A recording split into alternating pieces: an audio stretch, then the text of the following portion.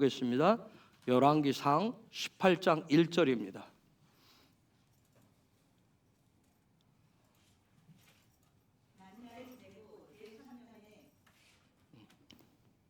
여호와의 말씀이 많은 날을 지내고 제3년에 여호와의 말씀이 엘리야에게 임하여 가라사대 너는 가서 아합에게 보이라 내가 비를 지면에 내리리라. 19장 9절 말씀 봅니다. 엘리야가 그곳 굴에 들어가 거기서 유하더니 여호와의 말씀이 저에게 임하여 이르시되 엘리야야 내가 어찌하여 여기 있느냐. 12절 또 지진 후에 불이 있으나 불 가운데도 여호와께서 계시지 아니하더니 불 후에 세미한 소리가 있는지라. 아멘. 우리가 이번 주 바이슐라어 주간을 지나가고 있습니다. 바이슐라에서 중요한 것은 하늘로부터 오는 메시지를 듣는 것이라고 그랬어요. 여러분 주일 이후에 지금 4일째이기 때문에 여러분이 하나님의 음성을 어떤 방향이든지 듣는 그런 시간들을 잘 보내고 계실 줄 압니다. 자, 하나님은 선하시고 하나님은 신실하시죠. 물론 그분이 우리 눈에 보이지 않을 수도 있어요. 또 그분의 소리가 귀에 들리지 않을 수도 있어요. 또 내가 어떤 부분에 그분이 나와 함께 하시는지 내 곁에 계시는지 느껴지지 않아도 그럼에도 불구하고 하나님은 쉬지 않고 또 그분의 선하심을 완성하시기 위해서 아주 신실하게 밤새 졸지도 주무시지 않고 일하고 계십니다. 올 5785년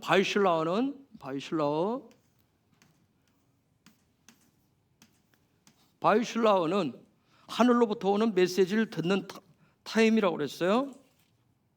그래서 이 주간에 여러분이 어떻든 하늘로부터 오는 소리에 하나님의 음성을 듣는 부분들을 다 열어놓고 지금은 들으셔야 됩니다. 그걸 듣지 않고 여러 가지 우리의 삶의 자리에 이러한 일들을 내 생각, 내 경험으로 판단해서 행하시면 그것은 아주 엄격히 얘기하면 하나님이 원하시는 믿음도 아니고 소망도 아니에요. 특별히 지금과 같이 아주 혼란스럽잖아요. 혼돈의 때에는 더더욱 하늘로부터 오는 하나님의 보호자로부터 오는 하나님으로부터 오는 메시지를 들으시고 또 잘 분별하시고 또한 판단을 하셔야 됩니다. 늘 강조하지만 더 흔들리고 더 진동이 올 거예요. 따라서 더더욱 잘 들으셔야 됩니다. 이때 하늘로부터는 하나님의 음성을 듣지 못하시면 내 영이 텅 비어버리기 때문에 영이 비기 때문에 그 빈자리에 공허함으로 가득 차게 됩니다. 공허함으로 가득 차면 내가 어쩔 줄 모르는 거예요. 그거 생기는 건 내 안에 불안한 마음이 생깁니다. 두려움이 계속 생깁니다. 그래서 무엇이 옳은지 좌충우돌 우왕좌왕하게 돼요.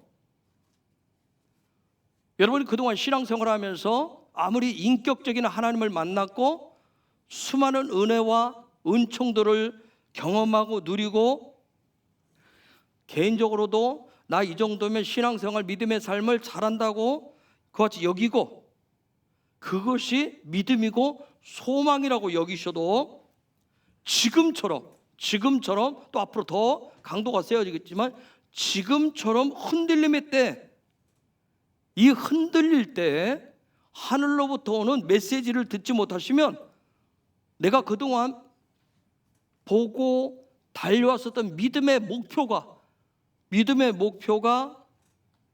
또 그 목표 때문에 내가 살아가려고 믿음을 살려고 했었던 그 소망들이 흔들림 속에서 그것이 무너질 수 있어요.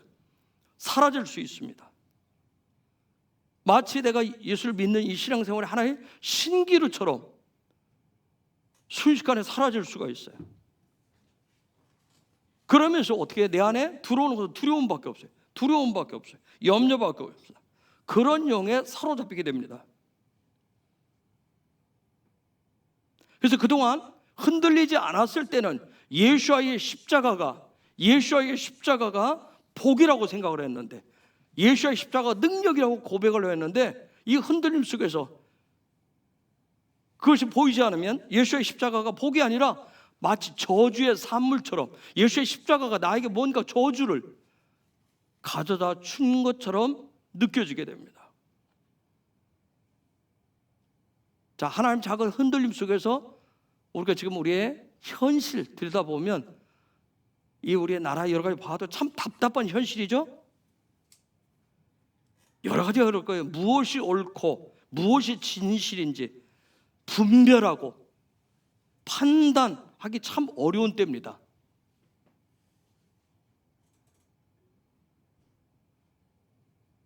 그래서 더더욱 하늘로부터 오는 메시지를 잘 들으셔야 됩니다. 우리 대한민국은 그동안 하나님의 놀라운 은혜 속에서 엄청난 경제 성장을 이뤘고요, 순식간에 세계 10위권 안에 드는 그런 국가가 되었어요. 물론 기독교도 엄청나게 성장을 했어요. 그렇죠? 교회도 외국인들 깜짝 놀랄 정도로 교회도 많아요. 신앙의 열정도 대한민국 기독교 하면 외국인들 부러워할 정도로 열정도 대단해요. 그런데 지금 위기가 왔어요. 위기가 왔습니다. 왜요? 주님이 흔들고 계시기 때문에. 주님이 막 계속 흔들어 대시는 거예요. 우리 한국 교회가 얼마나 자랑을 했는지 몰라요. 세계교회 자랑을 했어요. 그런데 지난 2년 전인가요? 코로나 팬데믹을 통해서 하늘로부터 내려오는 펀치를 한 방 맞았어요. 코로나를 통해서 한 방 펀치를 맞았습니다. 그동안 기독교가 견고한 믿음을 가지고 있다고 생각을 했어요. 오직 예수밖에 없다고 생각했는데 그 펀치를 한 방 맞았어요. 그 펀치가 얼마나 셌던지 전 세계가 넉다운 됐어요. 2년 동안 넉다운 돼 있었어요. 그 코로나 팬데믹 펀치가 한 번 위로부터 내려오니까 어떻게 됐어요? 기독교는 어땠습니까? 교회는 어떻게 했어요? 그동안 소리를 높여서 된 영적인 리더들, 또 그 안에서 막 믿음이 있다고 외쳤었던, 열정을 가졌었던 우리 성도들의, 여러분들의 믿음은 또 어떠했어요? 그동안 우리는 뭐라고 그랬어요? 예수님은 사랑이십니다, 사랑은 주는 겁니다, 막 예수님 사랑 외쳐왔는데 그 한순간에 한 펀치 팬데믹이 오니까 어떻게 했어요? 그런 사랑은 온데간데 없어졌었어요. 혹시라도 내가 저 사람 때문에, 내가 옆에 그동안 같이 다녔던 함께 했었던 저 교인 저 사람 때문에 혹시라도 내가 우리 가정이 뭔가 전염되어져서 피해를 입을까 봐 아주 전전긍긍했어요. 서로 의심의 눈초리를 보냈어요. 그동안 사랑 서로 우리가 불러줬는데 어떻게 했어요? 그런 이웃사랑은 이기심의 울타리로 아주 높게 성곽을 쌓아버렸습니다. 서로 혹시나 하는 의심의 눈초리가 얼마나 날카로웠는지 몰라요. 그렇죠? 그런 상황 속에서 아주 극심한 극단적인 진영 논리만, 그 진영 논리의 장벽만 지금 높게 쌓여져 있어요. 이건 비단 우리 대한민국뿐이 아니에요. 전 세계가 그래요. 지금 아주 극단으로 치닫고 있습니다. 여러분, 정말 무서운 게 뭐냐면 정치하고 종교가 정략적으로 하나가 되면 거의 불가항력적이 됩니다. 무섭게 바뀝니다. 사랑의 폭력적인 이기심으로 확 변질되어 버립니다. 그 상황에서 벌어지는 폭력도 다 보여요. 그냥 다 그냥 자기들끼리 포용을 해버립니다.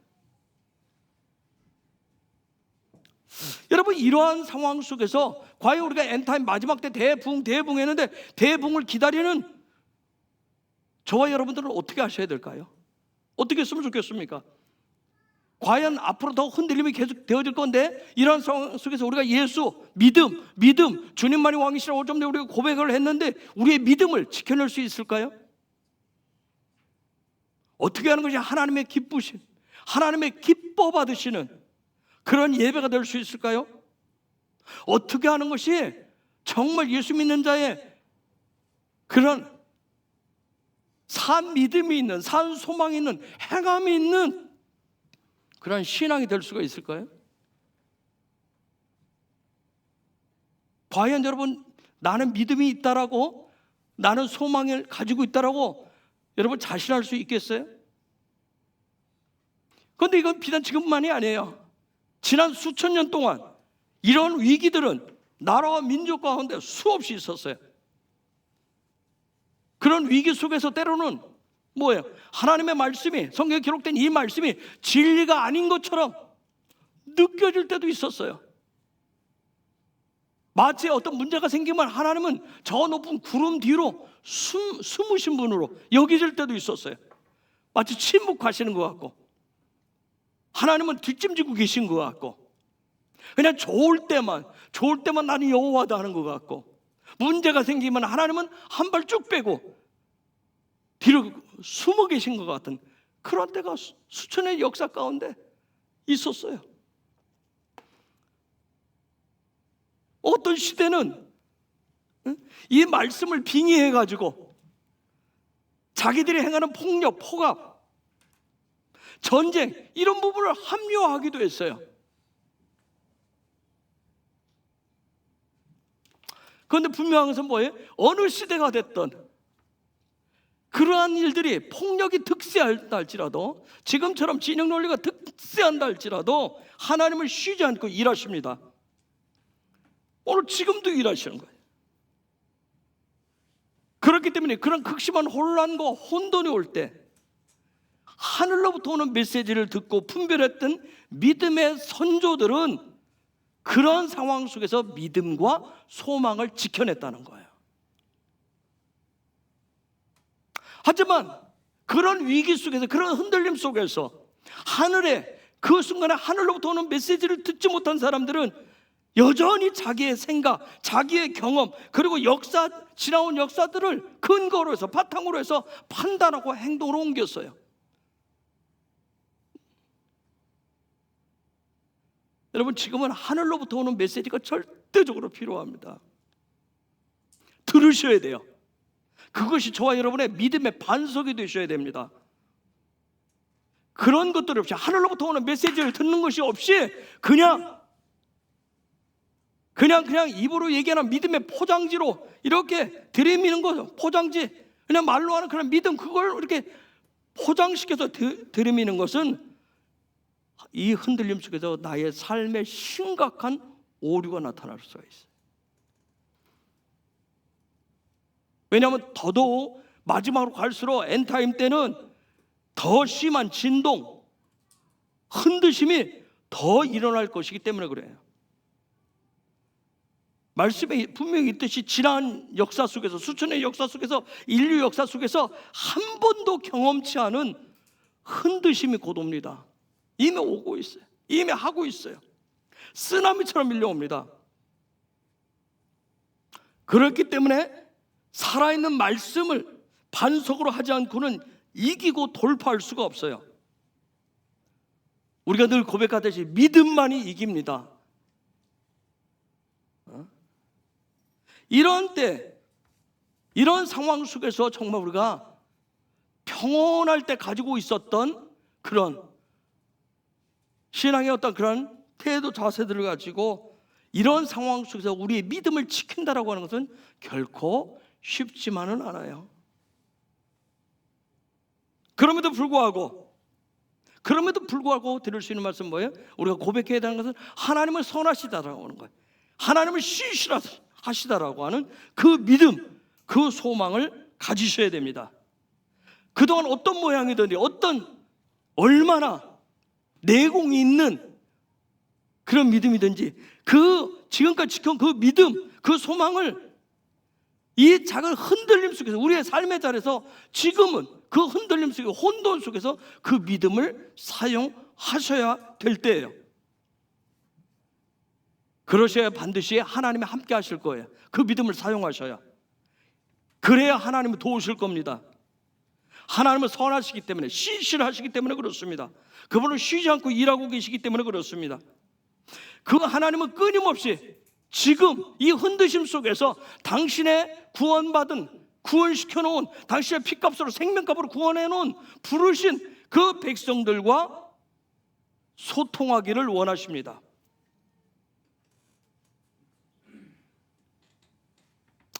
하나님이 보실 때, 에이, 니들 이 작은 흔들림 속에서 그런단 말이야? 작은 파도에도 그래? 너희들은 믿음이 없어. 에이, 너희들하고 믿음에 대해서 얘기하고 싶잖아. 너희들하고 나는 더 이상 상대 안 할 거야 하고, 믿음이 없다고, 너희들은 소망이 없는 백성이야 하면서 하나님 자체가 포기하고 칩거하시고 소통의 모든 창들을 불통으로 막아버리는 그런 분이 아니십니다.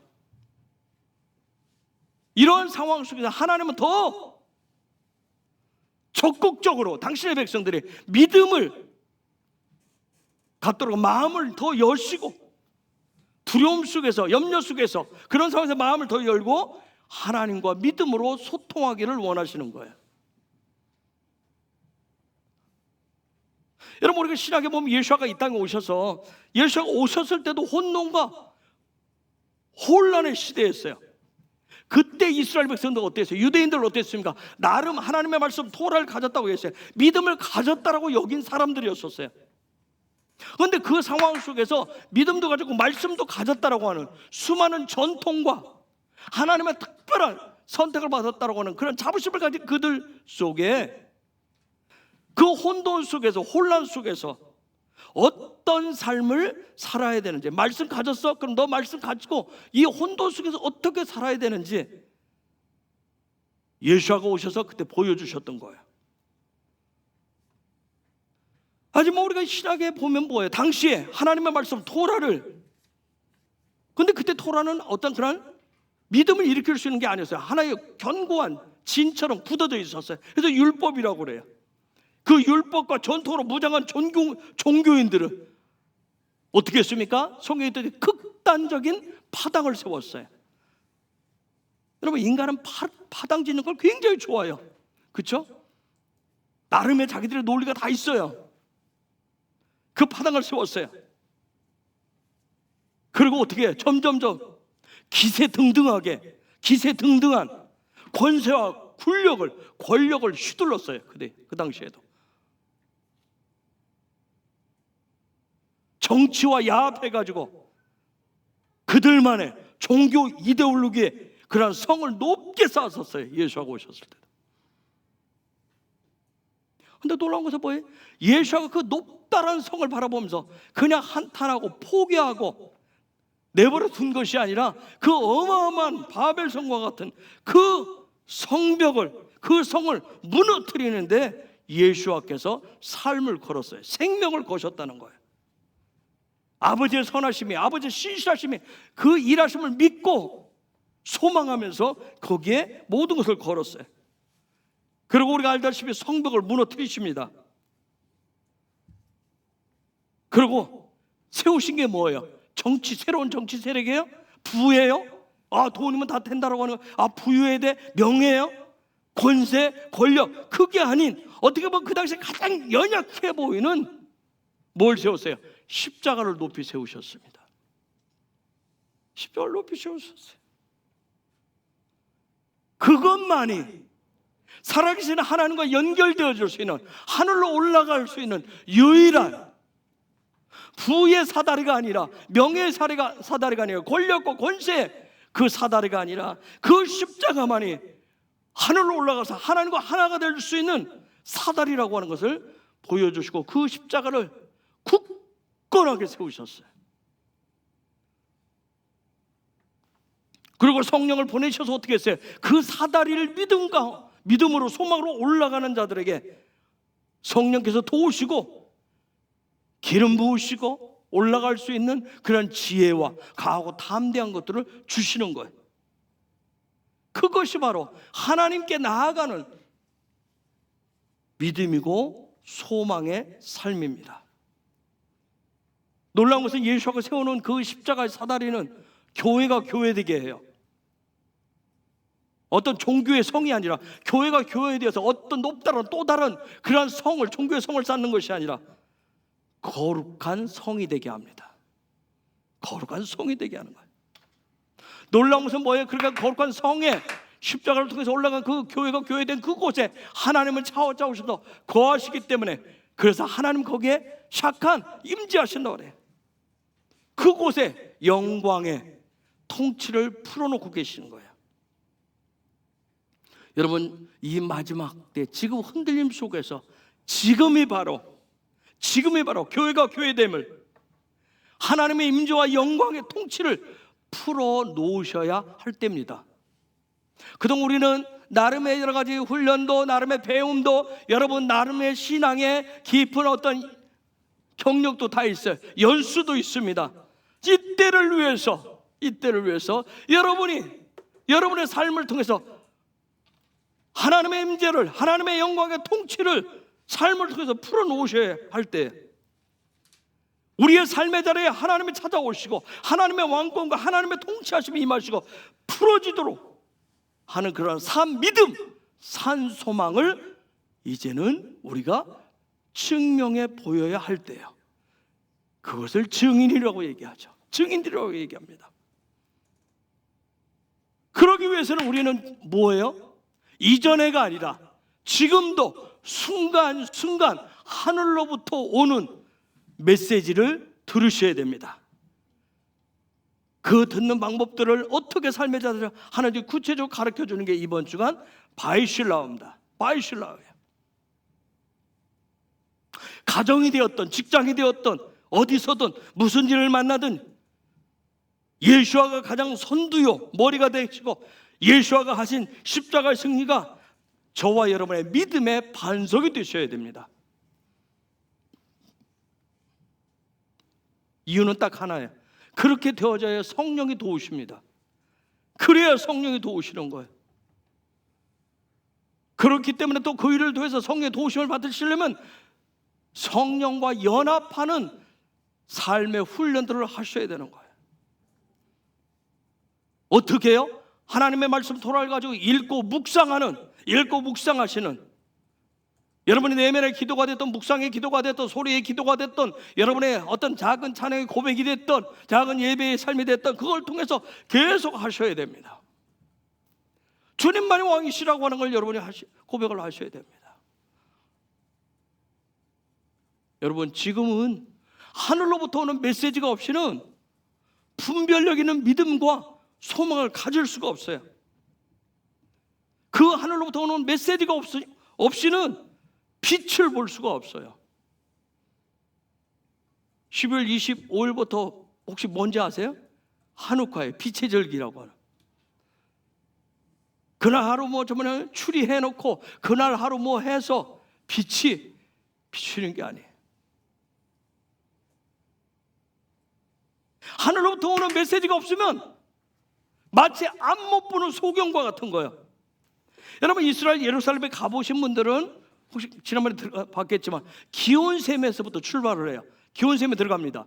그 기온샘에 가보면 물이 정말 깊은 지하 약 3m 그 깊은 곳에서 정말 물이 콸콸 솟아나와요. 기온샘에 물이 콸콸 솟아나옵니다. 그리고 솟아난 그 물이 어떻게 해요? 530m 길이 터널인 히스기야 동굴 터널을 통과합니다. 그래서 그 끝에 있는 실로암 못으로 흘러나가요. 여러분, 기온샘에서 물이 솟는 것은 마치 생수를 얘기해요. 살아있는 말씀을 뜻해요. 그래서 530m 히스기야 동굴은 빛이 없어요. 빛이 전혀 없습니다.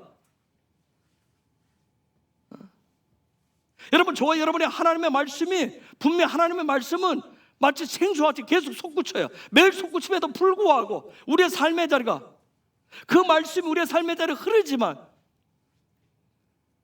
보지 못하면 마치 빛이 없는 소경처럼. 히스기야 동굴을 지나갈 때 뭐냐면 예전에는 후레쉬를 가지고 가든지 아니면 요즘은 핸드폰 불을 켜고 지나가요. 없으면 어떻게 양쪽에 그 벽을 더듬으면서 가요. 마치 그런 삶을 사는 거예요. 내가 예수를 믿어도, 예수가 빛이라고 해도 그 빛을 발견하지 못하면, 눈을 뜨지 못하면 내 삶은 매일 더듬으면서 가야 돼요. 무엇이 있는지를 몰라요. 히스기야 동굴은 530m를 지나가는데 물이 요 허벅지까지 옵니다. 허벅지까지 가요. 즉 오늘 이 시대에 뭐예요? 하나님의 말씀이 우리의 허벅지, 허리 밑에까지 와도 하나님의 말씀에 통해서 예수가 비치는 걸 발견하지 못하면, 그 말씀이 살아있지 못하면, 빛을 내지 못하면 여전히 내 삶은 그렇게 살아가는 거예요. 소경처럼 살아가는 거예요. 거기를 지나가야 실로와 빛이 있는 곳을, 눈이 띄어져서 볼 수 있는 곳에 다다를 수 있어요. 여러분, 지금은 그동안 저와 여러분들이 갈고 닦은 그 말씀을 반석으로 해서 어떻게 보면 우리의 삶의 전체적인 시즌이, 나라 시즌이, 우리 교회 시즌이, 이때 영적인 시즌이 마치 하나님의 말씀이 흐르는, 그러나 정말 흔들림이 있기 때문에 캄캄해 보이고 두려움이 들어오고 어쩔 줄 모르는 것 같은 히스기야 통로를 통과하는 시즌과 같아요. 진짜 영원한 빛으로 오신 예수와를 맞이하러 지금 가고 있는 거예요.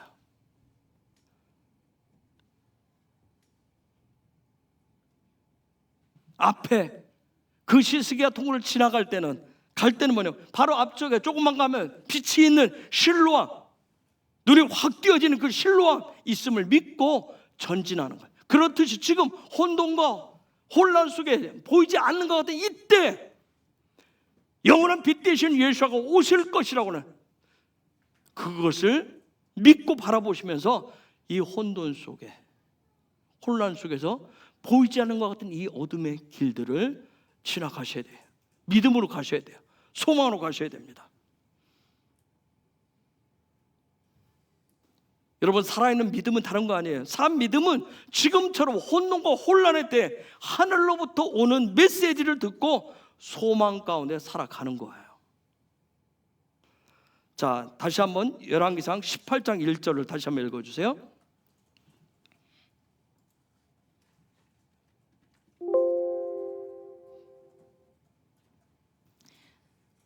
많은 날을 지내고 제3년에 여호와의 말씀이 엘리야에게 임하여 가라사대 너는 가서 아합에게 보이라. 내가 비를 치면은 내리리라.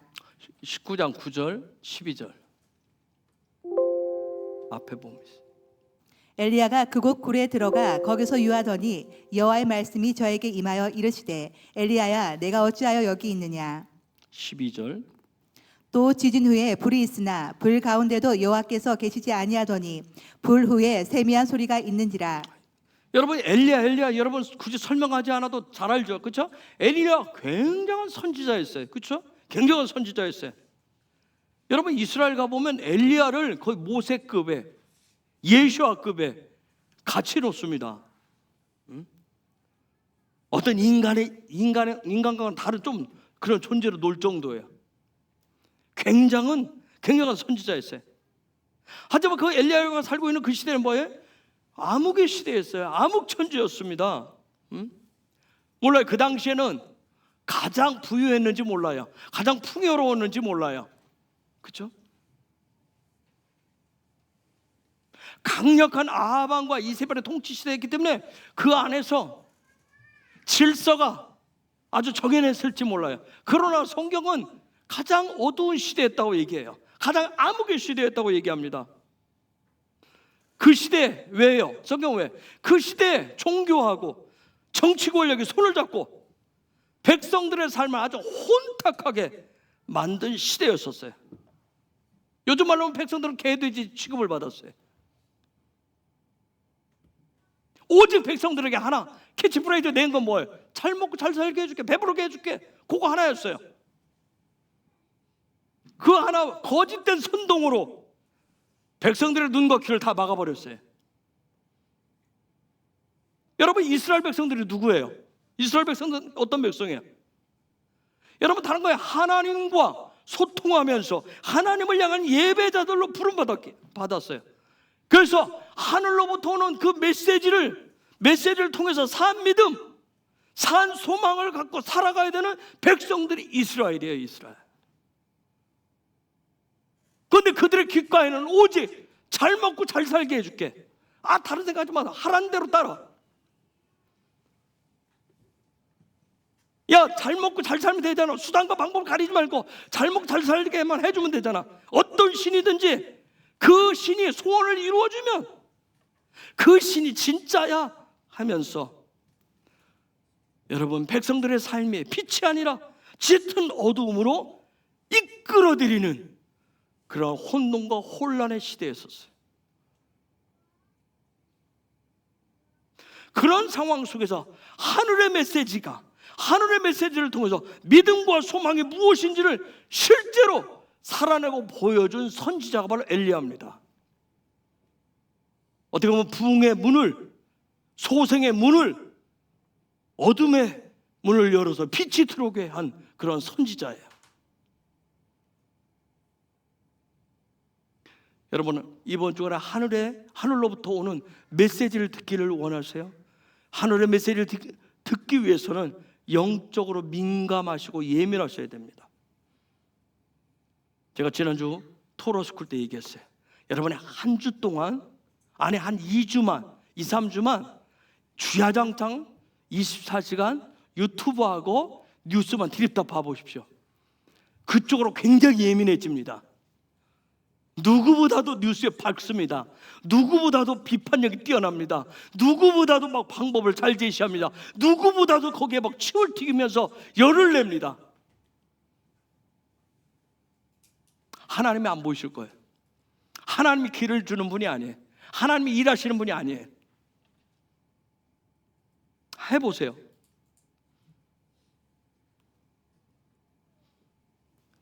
여러분, 하늘의 메시지를 들으시려면 영적으로 예민하셔야 돼요. 민감하셔야 돼요. 이 혼돈의 때, 이 혼돈, 흔들림 속에서 하나님을 향한 나의 믿음의 여정이 끊어지면 안 돼요. 계속 되셔야 됩니다.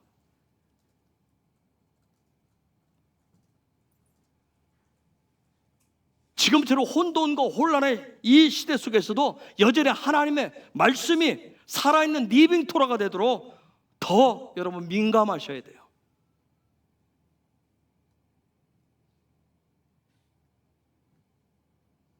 여러분, 이스라엘 백성들의 삶이 지금처럼 혼돈과 혼란스러운 때 누구에게? 여호와의 말씀에 엘리야에게 임하셨대요. 엘리야도 거기에 젖어서 살았으면 안 들렸을 거예요. 하나님 말씀하신 게 아니에요. 말씀하셔도 안 들리는 거예요. 지금으로 말하면 뭐예요? 유튜브가 더 잘 들려요. 지금으로 말하면 뉴스가 더 잘 들려요. 사람들의 함성 소리가 더 잘 들려요. 하나님의 소리는 안 들리는 거예요. 그런데 엘리야는 뭐예요? 그런 상황 속에서 여호와의 음성 듣는 쪽에 더 귀를 열어놨던 거예요. 그에게 말씀하셨어요. 여러분, 이번 주간에 바이실라 하나님 하늘로부터 온 메시지를 듣는 주간이다. 여러분이 그거는 그냥 뭐 그렇겠지 하고 내가 다른 곳에 귀를 열어놓으면 그쪽 소리가 더 잘 돼요. 하늘로부터 오는 소리는 전혀 안 들립니다.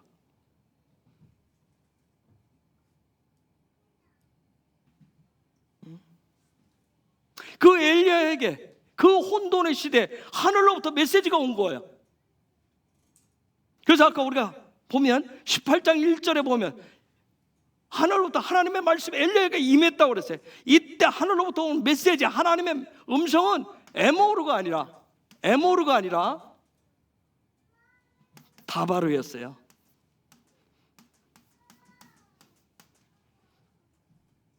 하나님으로부터 온 다바르였습니다. 대부분에 보면 여러분 여기 안 붙어 있어요. 근데 여기엔 붙어 있어요. 하프가 붙어 있어요. 하나님으로부터 왔다. 하나님으로부터. 도대체 이게 무슨 얘기일까? 여러분, 우리 에모로 배웠잖아요. 에모로는 하나님이 직접 일하시는 것과 관련이 있어요. 에모로 얘기할 때는, 에모로가 나올 때는 뭐냐면 저와 여러분의 우리에게 에모로 토라보션 배우잖아요. 에모로가 나온다면 그건 내가 하는 것이 아니라 하나님이 직접 일하시는 거예요. 에모로는 하나님의 직접 일하신 것과 관련돼요. 하나님의 사역이에요. 그런데 그럼 다바르는 뭘까요? 다바르, 특별히 이게 하나님이 이렇게 하나님의 에모로인 것처럼 하나님의 말씀이 왔어요. 이 얘기는 뭐냐면 하나님이 누군가를 통해서 일하신다는 거예요. 우리는 원하잖아요. 구하잖아요. 하나님 나를 써주세요. 나를 통해서 일하여 주세요.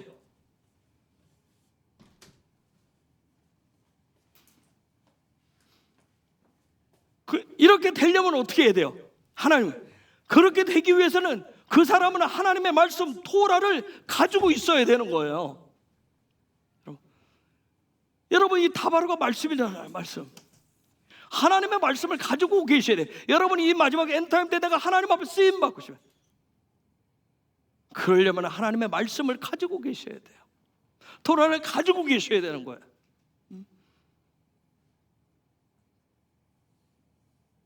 왜냐하면 이 다바르라고 하는 이 단어는, 다바르는 영으로부터 넘어오는, 그분으로부터 넘어오는 생기와 생명을 받아내는 혼이니, 내 지정의 혼, 그 마음이 가지고 있는 말씀이기 때문에 그런 거예요. 그래서 영으로부터 그분이 말씀하시면 때로는 감동으로, 때로는 깨달음으로, 때로는 보여줌으로, 때로는 생각으로, 때로는 느낌으로, 영적인 민감도에 따라서 그 강도는 다 달라요. 자, 제가 이제 2주 동안 여러분이, 여기 2주 동안 여러분이 정말 세상의 뉴스에 뭐야, 어느 곳에 꽂혀가지고 한 곳에 몰두해 보세요. 그럼 점점 시간이 갈수록 그 뉴스에 대해서 내가 강도가 굉장히 셉니다. 누가 얘기하면 막 내 눈에서 레이저가 나오면서 막 그거 옳다고 막 얘기합니다. 그 뉴스가 말다 이렇게 표현합니다. 그거 똑같아요. 하나님의 말씀. 내 속에 하나님의 말씀이 있고 하나님과 영적인 민감도 예민한 세상, 하나님과 소통하시면 하나님의 말씀이 나를 통해서 이 시대 가운데 드러내려고 하시기 때문에 하나님 말씀에 대해서 영적인 민감도가 굉장히 세집니다. 그 강도가 세지는 거예요.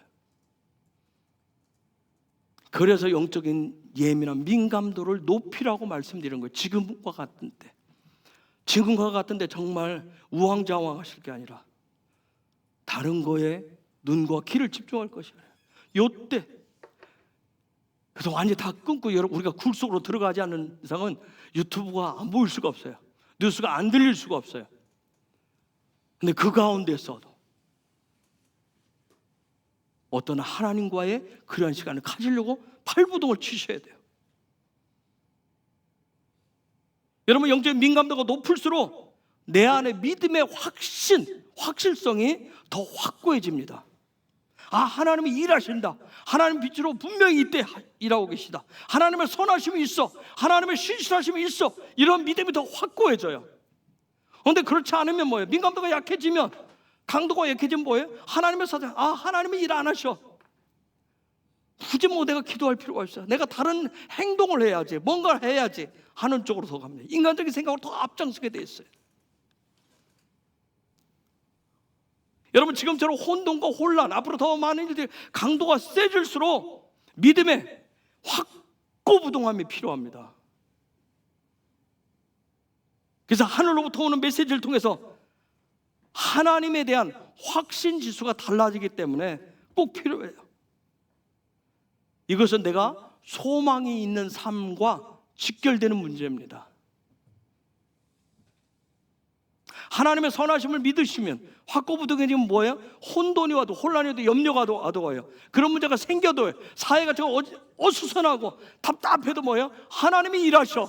하나님 계셔. 하나님 선하셔. 하나님 분명히 하나님은 하나님의 일을 하지만 그래서 소망의 말을 하지만 그렇지 않으면 뭐예요? 계속 여러 부정적인 얘기밖에 할 수 없어요. 누군가를 욕을 해야 돼요. 누군가를 향해서 뭔가를 화풀이를 해야 돼요.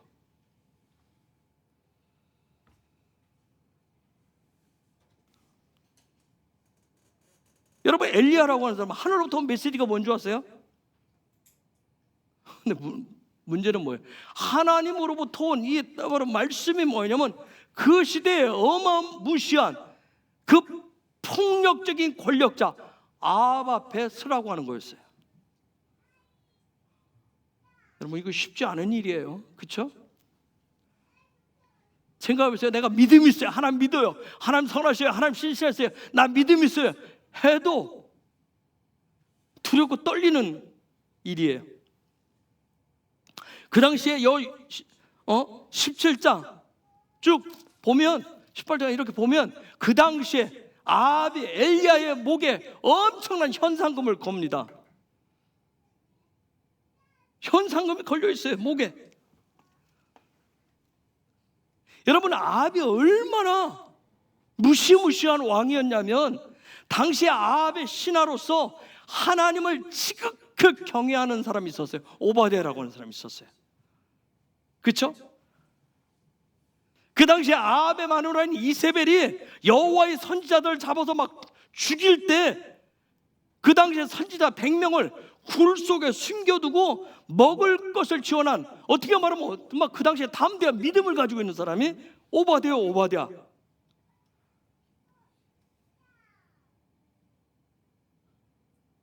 그런데 엘리야가 지금 아방을 만나러 온다고 하면서 오바댜 앞에 딱 나타납니다. 아방에게 연결하라고. 그런데 어떻게 한 줄 아세요? 그 말 듣고 얼마나 두려웠는지. 나 죽이려고 그러시냐고. 아니 여러분 생각해보세요. 100명의 선지자를 숨겨놓고 먹일 정도에서 뭐 담대한 믿음이잖아요. 그런데 엘리야가 지금 아방을 만나러 오는데, 자 좀 빨리 길 좀 놔 했는데, 당신 나 죽이려고 그래? 왕상 18장 9절에 있어요. 18장 9절 보세요. 18장 9절 읽어주세요. 가로되 내가 무슨 죄를 범하였기에 당신이 당신의 종을 아합의 손에 붙여 죽이게 하려 하시나이까. 왜 하필이면 나예요 그러잖아. 지금 왜 하필이면 접니까? 왜 하필이면 저 죽습니다. 응?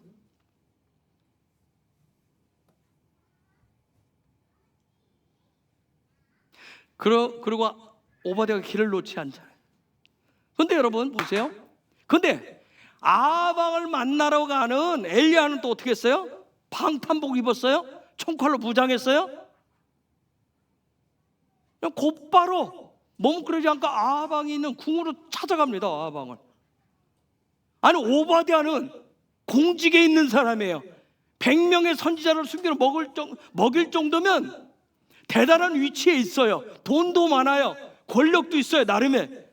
그 사람이 지금 벌벌 떨고 있는데 엘리야는 아무것도 없어요. 가진 게 아무것도 없어요. 그냥 길을 놓으라고 그래. 연결만 시키라는데도 그것조차도 거부하는데 아무것도 무장하지 않고 궁으로 찾아갑니다.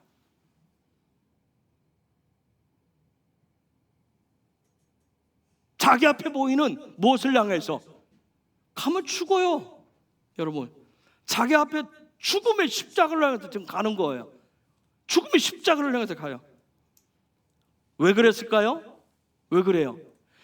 여러분, 그에게 하나님으로부터 오는 바위실라가 있었던 거예요. 여러분, 실라가 뭐예요? 보내신다는 거예요. 십자가의 삶을 짊어지도록 네 손에 못을 박으라. 얘기. 바위실라가 주어졌기 때문에 그런 거예요. 여러분, 에서의 400군사를 맞이해야 될 야곱처럼, 여러분 이 혼돈의 때, 혼란할 때 왜 하늘로부터 메시지를 들으라고 하냐면 그러한 여러 가지 두려움의 일들이 생길 것인데, 하늘로부터 오는 메시지를 들으면 두려움을 떨쳐내는 강하고 담대한 삶, 믿음이 된다는 거예요. 여러분, 이 마지막 때 진정한 그리스도인으로 살기를 원하세요? 그렇다면 영적인 민감함을 통해서 하늘로부터 오는 메시지를 듣기를 갈망하시기 바랍니다. 그 메시지가 내 안에 있는 순간순간 찾아오는 그 두려움을 쫓아내고 샬롬을 줄 거예요. 하나님의 선하심, 하나님의 신실하심을 믿는 믿음과 소망을 줄 거예요. 특히나 내가 내 안에 있는, 내 마음 안에 있는, 내 그 혼의 자리에 있는 그 지정의의 생명의 토라와 성령과 연합하는 훈련을 그래서 여러분 꾸준히 하셔야 돼요. 그리고 지난주에 강조했듯이 기도의 입술이 다치지 않게 하셔야 돼요. 우리가 지난 주일에 야곱을 통해서 보았어요. 그도 수많은 고생을 하면서 풍상을 겪으면서 거기까지 왔는데 이제는 기분 좋게 고향으로 돌아가는데 하나님의 말씀이 있었어요. 돌아가라, 내가 너와 함께 할 것이라. 그 말씀을 왔는데 바로 앞에 형이 400군대를, 특수군대를 몰고 왔어요. 두려움이 생겼죠. 답답함이 생겼다고 그랬어요. 하지만 그 두려움 속에 쌓여서 답답함 속에 있어서 발만 동동 구르지 않았어요. 오히려 그것을, 그 위기를 돌파의 기회로 삼았었던 야곱을 여러분 잘 묵상해 보세요. 이때를 위해서 하나님이 보내셨음을 깨닫고 하나님의 약속을 붙잡고 기도했었던, 기도로 돌파했던 야곱을 여러분 분명히 기억하세요. 이게 바르실라이에 놀란 기름 부음의 권세예요. 기도는 다른 게 아니에요. 기도는 나에게 주신 하나님의 말씀 토라를, 그 토라를 통해서 주신 나에게, 우리 각자에게 주신 그 약속, 우리 모두에게 주신 그 약속, 그것을 믿음으로 붙잡고 하는 것이 기도예요. 특히 지금처럼 위기의 때, 혼란의 때, 혼돈의 때는 더욱 그렇습니다. 이때 만약 저와 여러분 속에 하나님의 말씀 다바르가 있다면, 하나님의 말씀이 이 안에 있다면, 약속의 말씀이 이 안에 있다면, 예수가 이 안에 있다면, 그 하늘로부터 오는 그 메시지가 이 말씀에, 내 안에 있는 예수에게 생기와 생명을 불어넣어서 두려움을 이기게 하고 돌파하게 할 거예요. 승리케 할 것입니다. 아까 우리가 찬양 고백했죠. 이곳에 승리가 있으리라. 가정에 승리가 있으리라. 교회에 승리가 있으리라. 그러려면 그곳에 말씀이신 그분이 있어야 돼요. 그분에게 생기가 들어가야 돼요. 생명이 들어가야 됩니다. 내 안에 있는 말씀에 그게 들어가야 되는 거예요. 그동안 우리가 신앙의 대수든 신앙의 연조든 어떤 걸 자랑했었던 그런 믿음, 신앙의 경력, 경험 등등, 그 모든 것이 지금 이때 하늘로부터 오는 메시지를 통해서 생명을 풀어놓음을 받아야 돼요. 그 생명을 받아, 하나님으로부터 오는 그 생기와 생명을 받아서 믿음과 소망을 지금 보여주셔야 될 때예요. 자녀들이 됐든 가족의 식구들이 됐든 직장과 일터에 있는 동료들이 됐든 누구에게든지 지금 진짜 믿음을 보여주셔야 돼요. 소망이 뭔지를 보여주셔야 돼요. 지금이 바로 샬롬을 보여줄 때예요. 다 누구든지 답답하고 힘들고 어려움을 다 느껴요. 그런데 이때 누가 소망을 보여줄 수 있느냐는 거예요. 누가 답답한 그 캄캄한 문을 열어서 빛이 들어오게 해줄 수 있느냐는 거예요. 같이 그 어둠 속에 모여 앉아서 같이 울고 같이 절망하고 같이 죽음을 향해서 갈 수 있는 것은 누구나 할 수 있어요. 그 안에서 어찌하리까 하고 하는 걸 할 수 있어요. 그런데 그 가운데서 빛을 향해서 틈새를 열고 그 문을 부술 수 있는, 소망을 갖게 하고 일으켜주고 하는 일은 하나님의 선하심을, 하나님의 신실함을 믿는 믿음을 가진 자예요. 하늘의 메시지를 듣는 자예요. 이스라엘 갔을 때 양목사님은 그런 얘기를 나눴어요. 지금 며칠 됐나요? 전쟁이 이제 포로가 된 지 그 102명인가요? 100세. 지난번 제가 갔을 때 410일이었어요. 여러분 한번 생각해보세요. 인간은 빛을 보고 살아야 돼요. 410일 동안 땅 속에만 있었다고 생각해보세요. 생각을 해보세요. 땅 속에만 있었어요. 빛을 본 적이 없다고 생각해보세요. 멘탈이 다 무너졌을 거예요. 그렇죠? 멘탈이 다 무너졌을 거예요. 먹기를 제대로 했겠어요? 뭐 식기를 했겠어요? 뭐 시간이 뭘 어때? 사람 이게 벌써 다 멘탈이 다 붕괴되졌을 거예요.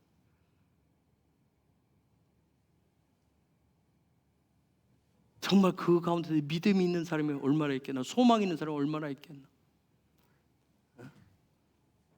과연 몇 명이나 살아 있겠느냐는 거예요. 400여일 동안. 숫자는 102명인가 103명인데.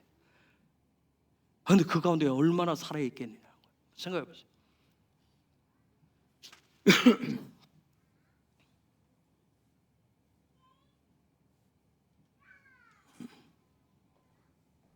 앞으로 더 많은 흔들림 속에서 더 많은 어둡고 캄캄한 앞이 안 보이는 일들이 올 텐데, 과연 그때 하늘로부터 오는 소리를 들을 줄 아는 사람들, 그 사람들이 소망을 줄 거예요. 믿음을 줄 겁니다. 가정 안에서도 그럴 거고 자녀들에게도 그럴 것이고 직장과 일터에서 동료와 모든 자들에게, 이웃에게 그런 소망을 주는 믿음의 사람이 될 겁니다. 저와 여러분들이 엔타임에 살아가고 정말 장차 일으키실, 그분이 일으키는 대부흥을 갈망하고 소망하는 예배자들이시라면 하늘로부터 오는 메시지를 듣는, 그런 믿음의 사람들이 되셔야 됩니다. 그래서 날마다 말씀을 가지고 계셔야 돼요. 답을 갖고 계셔야 됩니다.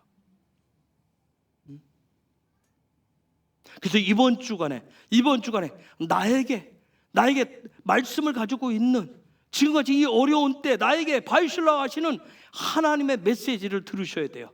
그게 큰 소리가 되든 작은 소리가 되든 한마디든 두마디든 여러 마디든, 하나님이 바이실라 한 당신의 백성에게 혼돈과 혼란의 때에 메시지, 살아있는 리빙 토라를 주기를 원하시는 거예요. 그래서 일상에서 그분과 함께 거하는 친밀감을 계속 하라고 했던 거예요. 그런 친밀감을 갖고 계시다면 위기 앞에서 당당하게 하나님의 뜻을 구하실 수 있습니다. 여러분, 친밀감이라고 하는 분 가지면 여러분 기도하실 거예요. 하나님, 지금 어떤 기도해야 돼요? 하나님, 제가 지금 예배해야 돼요? 지금 제가 찬양을 해야 돼요? 하나님, 집을 살까요 말까요? 땅을 살까요 말까요? 투자를 할까요 말까요? 지금 어려운데 여러분이 친밀감을 가지고 있으면 그분과 삶의 다양한 부분들 얘기를 나눌 수가 있을 거예요. 여러분, 내가 지금 하는 이 어려운 때 내가 하는 그분과 친밀감 속에서 하는 내 생각과 판단이 아닌 하나님의 감동으로 행한 믿음의 일에는 설령 잘못된 일이 생긴다 해도 심각한 결과를 초래하지 않습니다.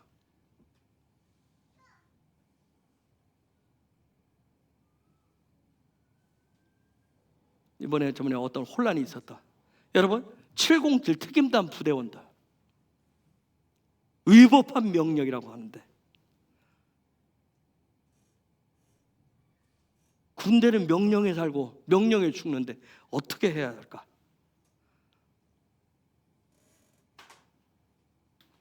그렇죠? 자, 제2의 팬데믹이 온다고 얘기해요. 지금 우리가 코로나 겪어봤어요. 그거보다 더 센 팬데믹, 바이러스가 온다고 얘기해. 만약 누군가가, 우리 옆에 가장 가까운 누군가가, 우리 지체적인 누군가가 그런 바이러스에 감염돼서 위험한데 내가 가면 안 되는데, 그 사람 접근하면 안 되는데, 만나면 안 되는데, 하나님이 나에게 감동으로 가서 기도해줘라, 가서 뭔가 해줘라, 그런 감동이 왔으면 여러분 어떻게 하실래요?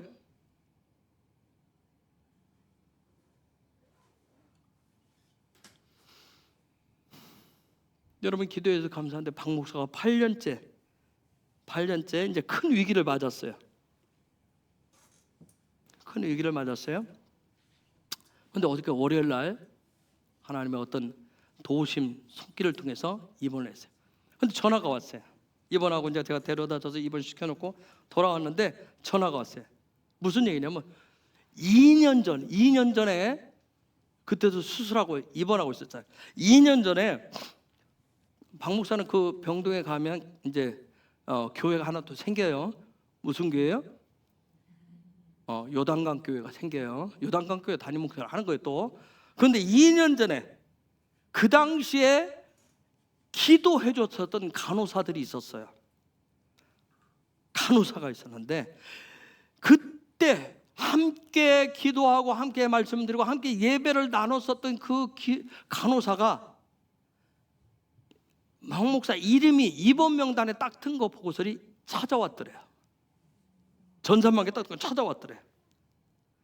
그런데 무슨 얘기를 전해줬냐면 그 당시에 그 간호사 같이 하는 사람 가운데는 교회를 안 나가는 성도를 가나안 성도라고 하잖아요. 그런 가나안 성도가 있었어요. 그런 간호사가 있었는데 그에게 계속 병중에서 그 연약한 자리에서 예수를 계속 전했어요. 복음을 전했어요. 그리고 그를 위해서 기도해 줬어요. 계속해서 주님을 전했어요. 그러고 나서 나중에 이제 또 하나님의 은혜로 태어나서 왔잖아요. 이번에 가서 그 명단에 뜬 것을 보고 2년 전에 기도했었던 간호사가 찾아와서 놀라운 얘기를 했어요. 그때 가나안 성도로 교회도 안 나가고 그냥 있었던 그 간호사, 그때 믿음을 회복했는데 지금 뭐가 됐는 줄 아세요? 사모가 되었대요. 그런 놀라운 복음을 전하대요. 사모가 돼요. 믿음을 다 회복해가지고 목회자의 사모가 되더라고요. 그래서 간호사로서도 그를 사직하고 그걸 섬기고 있다. 얼마나 놀라워요. 비록 박 목사 나는 암 환자로서 죽음과 사투를 벌이고 있지만 어떻게 보면 하나님이 그에게 말씀하셔서 하나님의 메시지를 말씀하셔서 하나님이 보실 때는 육체적인 죽음이나 영적인 죽음을 맞이한 그 사람을 앞에 두시고 생명을 주라고 하셨기 때문에 처음에 그랬더니 나도 내 병을 어떻게 하지 못하는데, 그런데 뭐예요? 하늘로부터 온 메시지는 뭐예요? 그런 상황 속에서도 그것을 뛰어넘게 하시는 게 하늘로부터 온 메시지예요. 그게 바로 살아있는 믿음이고 살아있는 소망이에요. 그런 사람의 믿음과 소망을 이 어려운 때 주는 자들입니다. 저와 여러분이 그런 자들이 되셔야 됩니다. 누군가에게 산 믿음을, 산 소망을 주는 자들이 되셔야 됩니다. 여러분, 엘리야에게 여호와의 말씀이 임했다. 여기서 임했다라고 하는 단어는 하야라고 하는 단어입니다. 하야라고 하는 단어를 썼어요. 샤칸을 쓰지 않았어요. 하야라는 단어예요. 이 뜻은 하야라는 뜻은 뭐냐면 존재한다는 뜻이에요. 즉 무슨 얘기냐면 여호와의 말씀이 엘리야를 위해서 존재했다는 얘기예요. 여러분, 하늘로부터 오는 메시지 단순한 거 아니에요. 어떻게 하면 저와 여러분의 믿음을 살리는 거예요. 소망을 살려주는 거예요. 지금 여호와의 말씀이 이 상황 속에서 엘리야를 위해서, 엘리야의 믿음을 위해서, 엘리야의 소망을 위해서 지금 하나님의 말씀이 그를 위해서 존재한 거예요. 그렇게 되니까 엘리야의 삶이 뭐가 되게 하셨어요? 바위실라의 삶이 되게 하신 거예요. 바위실라의 삶이 되게 하셨다는 거예요. 그렇기 때문에 엘리야가 뭐예요? 그 하늘로부터 온 메시지에 반응을 한 거예요. 믿음의 반응을 할 수가 있었어요. 여러분, 바위실라는 내 힘으로 어떤 분위기 따라서 아니면 내 열정과 노력으로 하나님의 뜻을 이루어내는 것이 아니라 내 안에 있는 말씀, 내 안에 계신 예수와가 하나님의 뜻을 이루게 하는 것입니다. 그래서 그 일을 위해서 하늘로부터 오는 메시지가 필요한 거예요.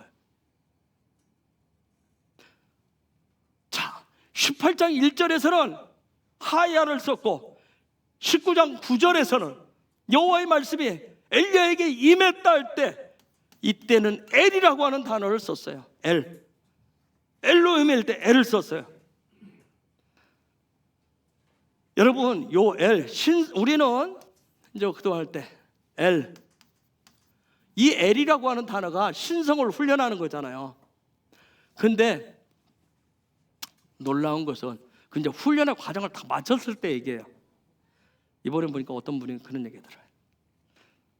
그 참수부대는 10년 동안 거기서 훈련받은 그 사람들은 인간 무기래요.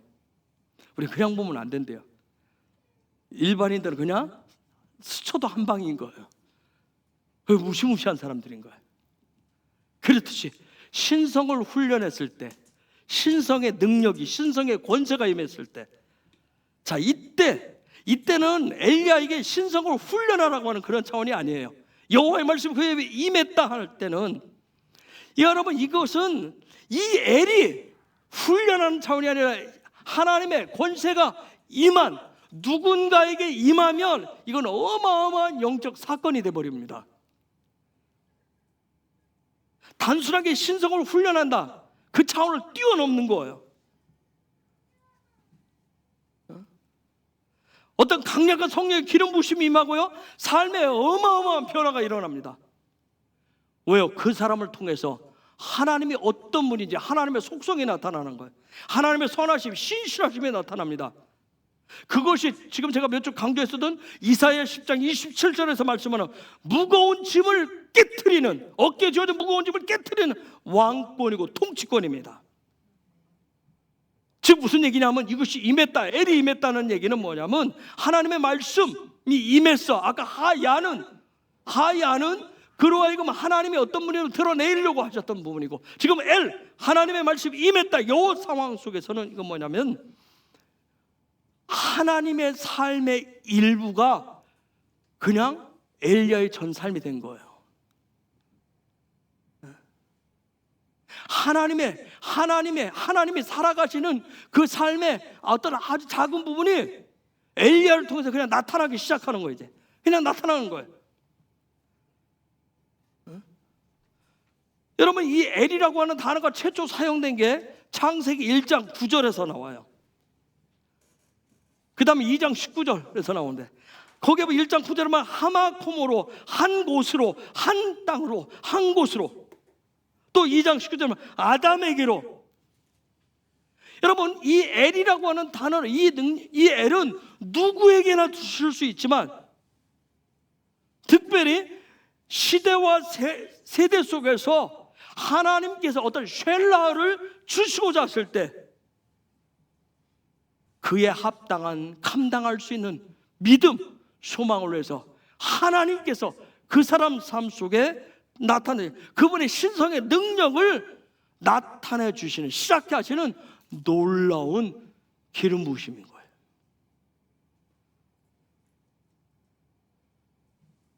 여러분, 하늘이 열리고 하야를 통해서 무너진 제단이 수축됐어요. 하늘에서 불이 임했어요. 그런데도 아합과 이세벨이 멈추지를 않습니다. 그렇죠? 더 극심한 혼돈을 더 일으켜요. 그때 하나님이 엘리야에게 주신 게 뭐예요? 하야가 아니라 엘의 권세를 주신 거예요. 엘의 기름 부심을 주셨던 거예요. 그러면서 하늘의 메시지를 주십니다. 이때 주신 메시지는 열왕기상 18장 1절에서 주신 그런 방법, 그런 권세가 아니었어요. 그것과는 차원이 달랐어요. 굉장히 업그레이드된 권세였어요. 여러분 한번 생각해 보세요. 집을 나온 야곱이 길가 노숙했을 때, 누수라고 하는 땅에서 노숙했을 때 그것이 베델로 바뀌었대. 그때 그 베델에서 주셨던 하늘의 메시지와, 자, 외삼촌 집에서 20년 하고 돌아오다 약복강에서 하나님의 사자와 씨름을 마치고 숫곳이라고 하는 곳에 형과 하벨을 마치고 숫곳에 머무를 때 주셨던 메시지는 뭐예요? 확연히 다른 거예요. 영적 수준이 확 다른 거예요. 전혀 다른 권세 자체가 달라요. 권능 자체가 달라요. 그 숫곳에서 주셨던 그 메시지는 야곱은 물려놓고 그의 자녀들 온 가문이 위기였었어요. 수치해가며 쌓였어요. 두려움 속에 있었어요. 그런데 그 상황 속에서 어떻게 해요? 그때 주셨던 메시지가 뭐예요? 온전한 예배자가 되게 하시는 그런 영적인 메시지였어요. 그리고 그 메시지를 통해서 그 가정이 예배자로 쓸 때 어떻게 했어요? 야곱에게 약속하셨던 그 약속이 완성되어지는 이스라엘이 되게 하시는 놀라운 메시지입니다.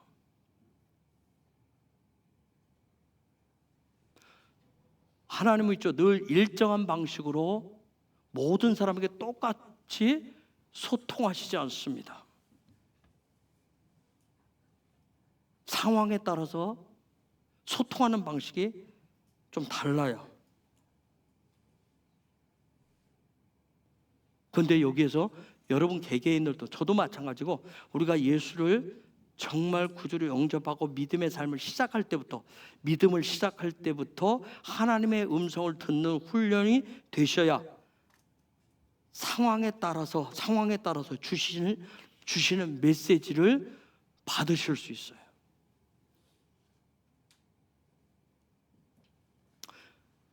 왕상 19장 12절에 보면 폭풍 치고 산이 갈라지고 바위가 부서지고 지진과 번개를 통해서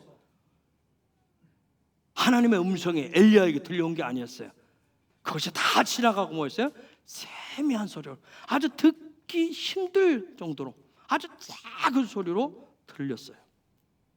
그런데 이때 엘리야가 기대한 건 뭐예요? 어마어마한 엄청난 소리 가운데 하나님의 메시지를 듣고자 했던 거예요. 그런데 하나님은 그것이 다 지나가고 세미한 음성으로 말씀하셨어요. 요 얘기는 뭐예요? 요때 엘리야가 세미한 음성을 들을 수 있었다는 얘기는 뭐예요? 영적 수준이 굉장히 높아졌다는 얘기예요. 여러분은 어때요? 저도 때로는 우리가 뭐예요? 뭔가 큰 걸 원하잖아요. 한 방을 원하잖아요. 그렇죠? 뭐 아니면 토야. 그래서 대부분 하나님의 음성을 뭘로 우리는 원해요? 황금 덩어리. 황금 덩어리를 주세요. 될 수 있는 대로 뭐예요? 한 양이 아니라 어마어마하게 주세요. 막 폭풍 치듯이 태풍처럼 주세요 요구하잖아요. 필요하면 주시겠죠?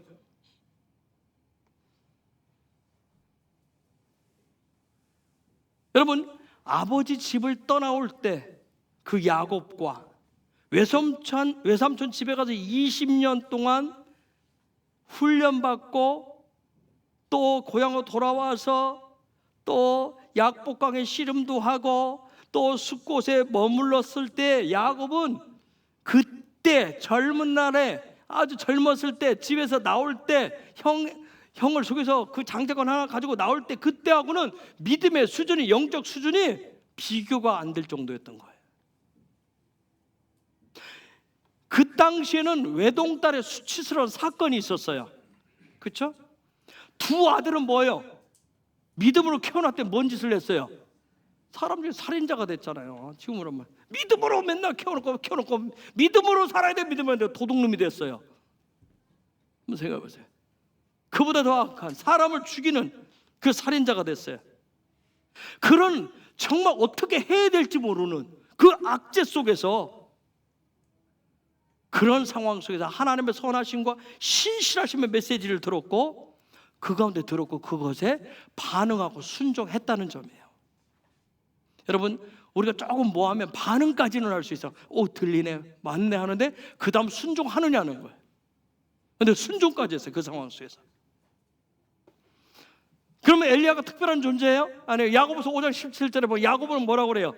엘리야는 특별한 사람이 아니라 저와 여러분과 뭐한 사람이라고. 똑같은 인간이래요. 똑같은 인간이라는 얘기예요. 똑같은 감정을 가지고 똑같은 두려워할 줄 알고 똑같은 문제 앞에서 어찌할 줄 모르는 연약한 똑같은, 우리와 똑같은 존재라는 거예요. 그런데 그런 엘리야가 어떻게 했어요? 비를 내리지 마옵소서 하고 기도도 했어요. 또 뭐예요? 비를 내려주세요 하고 기도도 했어요. 그런데 놀라운 점은 뭐예요? 우리가 똑같은데 하나님이 그 기도를 들으시고 그대로 행하셨다는 점이에요. 한번 생각해 보세요. 우리가 똑같은 사람이라는데 과연 저와 여러분이 엘리야처럼 지금과 같은 이 혼돈과 혼란의 때 우리도 하나님의 하늘을 다 닫으시고 교회 다 문 닫게 하시고 인간들의 정말 눈과 입을 다 닫게 하시고 영적인 가뭄을 주겠어요. 하늘의 문을 닫아달라고 기도할 수 있겠어요? 하나님 그래야 하고 네 기도 들을게 하고 닫도록. 아니면 지금은 열어주셔야 돼요.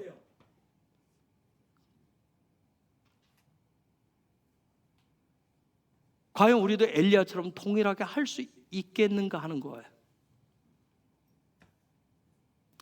왜 하나님은 엘리야에게는 분명한 음성을 들려주셨는데 왜 우리에게는 똑같이 분명한 메시지를 지금 들려주시지 않는 것일까요? 혹시 시대가 달라서 그럴까요? 지금 이 시대는 21세기라 그때와는 비교할 수 없는 첨단 문명이 달리고 있는, 하나님의 음성보다 더 빠르게 움직이고 있는 그런 시대라서 그럴까요? 절대 아니죠. 하나님은 그때나 지금이나 여전히 동일하십니다. 쉬지 않고 일하세요. 그분의 선하심과 신실하심을 통해서 그분이 계획하시고 준비하신 모든 것들을 완성을, 약속을 해가시는 분이에요. 분명한 것을 여러분 기억하세요. 엘리야처럼 누군가에게는 하야로 말씀하실 것이고 누군가에게는 엘로 말씀하신다는 거예요. 아멘.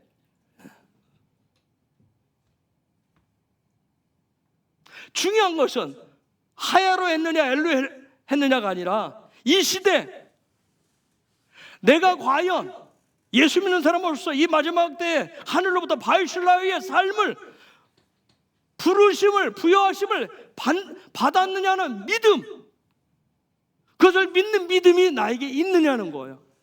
지금 이 시대에 하나님만이 선하시고 신실하십니다 하는 그런 소망이 나에게 있느냐는 거예요. 그것은 삶으로 나타나져야 되는 거예요. 여러분의 기도를 통해서든, 여러분의 예배를 통해서든, 여러분의 찬양을 통해서든, 여러분의 어떤 삶을 통해서 매일매일 말씀을 엘리야처럼 동일하게 이 말씀을 가지고 읽고 묵상하는 가운데, 이건 저에게도 마찬가지예요. 저도 엘에 기름 부심이 오기를 원해요. 그렇기 때문에 주님과의 친밀함이 더 예민해지도록 하나님의 말씀 도라를 배우고 훈련해서 삶이 되게 하는 것을 통해서 믿음과 소망이 하나님의 정하신 그날에 산 믿음이 되게 하고 산 소망이 되도록 저와 여러분 뭐예요? 준비하셔야 된다는 거예요. 땅이 갈아엎어지도 않았는데, 기경되지도 않았는데, 거기에서 씨도 뿌리지 않았는데 막 자연스럽게 싹이 나고 꽃이 피우고 좋은 열매를 맺기를 원하는 것은 도덕의 심보예요. 누구든지 다 앉으면 눕고 싶고 누우면 자고 싶어요. 누구든지 다 좋은 거 먹고 싶고 좋은 거 입고 따뜻한 데서 쉬고 싶어요. 누구든지 다 그렇게 하고 싶어요. 그런데 정말 바이실라의 삶을 바이실라로 여러분의 부르심을 받았다면, 정말 예수 그리스도를 여러분의 구주로 나의 삶의 주인으로 모셨다면, 이 혼돈의 때에, 혼란의 때에, 더 가중되는 때에 하늘의 메시지를 소망하셔야 돼요. 하나님의 선하심이, 하나님의 신실하신 그 메시지가 나에게 감동되었던, 때로는 내가 아직 영적으로 어려서 큰 번개 치고 폭풍 치듯이 오든지, 아니면 아주 세명 가운데서도 음성을 들으셔야 샬롬하실 수 있어요.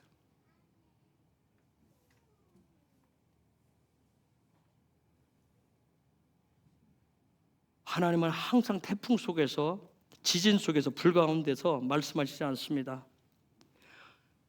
어떻게 보면 혼돈과 혼란 속에서 오히려 부드럽게, 온화하게, 사랑스럽게 말씀하십니다. 저와 여러분이 엔타임에 살아가는 그런 성도라면 그 모든 상황에 맞게 말씀하시는 하나님의 음성에 반응할 준비가 되셔야 됩니다. 하나만 하고 마칠게요. 차를 정말 생돈을 들이면서 해서 3일을 맡겨가지고 금요일날 찾아왔어요. 샤반 예배 드리기 전에 도장까지 싹 해서 찾아왔어요. 그래서 도장까지 해왔기 때문에, 도장을 정비소에서 뭐냐면, 차를 앞으로 3, 4일 동안 세차도 하지 마세요. 도장한 것이 벗겨질 수 있어요. 그래서 지하에다가 제일 넓은 데에다가 갖다가 안전하게 세워놨어요. 월요일 아침 일찍 이제 부산 병원에 박 목사를 입원시켜 가야 되는 게 아침 8시 30분에 출발을 해야 돼서 8시 20분에 내려갔어요. 차에 온통 오물이 뒤집어 쓰여져 있는 거예요. 이게 뭔 일이야? 내 차만 그래. 오물이 막 완전히 뒤집어 쓰여져. 얼마나 뒤집어 쓰여졌는지 창피해서 차를 끌고 나올 수 없을 정도예요. 누가? 그래서 나와서 경비실까지 왔어요. 관리소장이 올 때까지 8시 반에 출발했는데 못하고 기다리고 있는 9시까지. 그랬더니 누가 한 것이 아니라 토요일날 아파트에 하수도가 역류해서 업체를 불러서 뚫는 차가 오는데 다른 차는 다 빼라고 그러고 제 차만 전화를 안 했대요.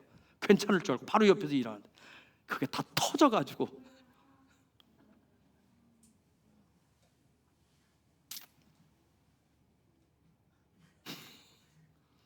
임시 세차를 했는데 안 벗겨져요. 토요일날 했기 때문에 그게 막 음식물하고 뭐가 다 쏟아져. 가는데 냄새도 참 솔솔 들어오면서 임시 세차를 하고 부산까지 갔다 왔어요. 그리고 손세차 간신히 막 해서 많은 돈 들여서 어제 찾아왔어요. 그래서 제가 가면서 하나님께 물었어요. 주님 도대체 무엇을 말씀하십니까? 무엇 얘기를 자꾸 지금 하시는 거예요? 방목사 건입니까? 우리의 앞으로의 삶의 자리입니까? 그래요. 오물은 덮어씌워진 오물은 씻어내면 돼요. 그렇죠? 씻어내면 돼요. 사고 난 것은 뭐예요? 정비하면 돼요.